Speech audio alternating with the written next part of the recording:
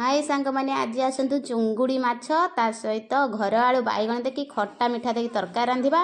प्रथमे मसला रेडी करने माछ को भल भाव बनईकी ताकू भी रेडी करने तापर चलतु तरकारी केमती रोषे करवा स्टार्ट करदे। प्रथमे पानी देकी ता सहित लुण आउ हलदी देकी आमे भल भाव आलू जो घर आलू बा खंती आलू को आउ बैगण देकी भल भाव टिके सिझे नबा कहीं आमर खट्टा दिज्व। खट्टा देले सेटा आउ सिझिबनी से फास्ट आमे सेटा को सिझे नबा।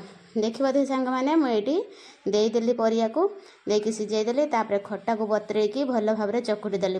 परिवाटा सिझीगला किछि समय पर से खट्टा देती जेहेतु मुझे देखई पारिनी से खट्टा को देकी भल भाव तरकारी को फुटे नहीं। तापर कौन कनी माछ दिहरे हलदी लुण देकी भल भाव माछटी को भाजी नहीं।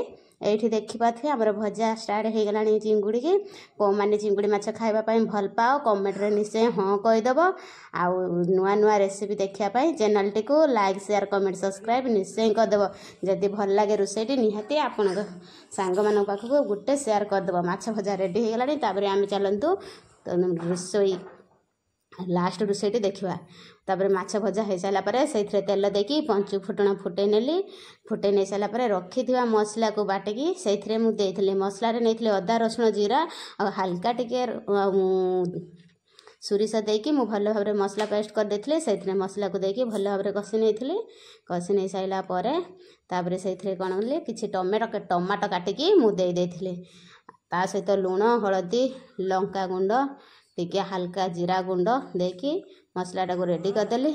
रेडी कर साइला पर रखी सिझेकी से सबू परिया को मुझे देदेली।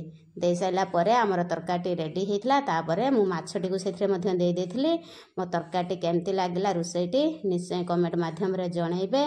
जो माने भी देखुचंती आगु को नुआ नुआ देखापी वीडियो चैनल टाकू सब्सक्राइब कर दिंतु केबे भी भूलिबे नहीं।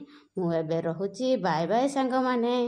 केमती लगिला रोषे कमेंट रे निश्चय जनइबे। आमर चिंगुड़ी माछ आउ खंती आलू बैगण पकेकी खट्टा मिठा तरकारी तो आपण मैंने देखिले टिके हल्का चीनी देदेबा। जदि अधिक खट्टा होता है जो मैंने भी खट्टा खाइबा को पसंद करते चीनी नदेले चलो। जो मैंने भी खट्टा मिठा खाइबा चाहूँगी टिके हल्का चीनी देदेबे।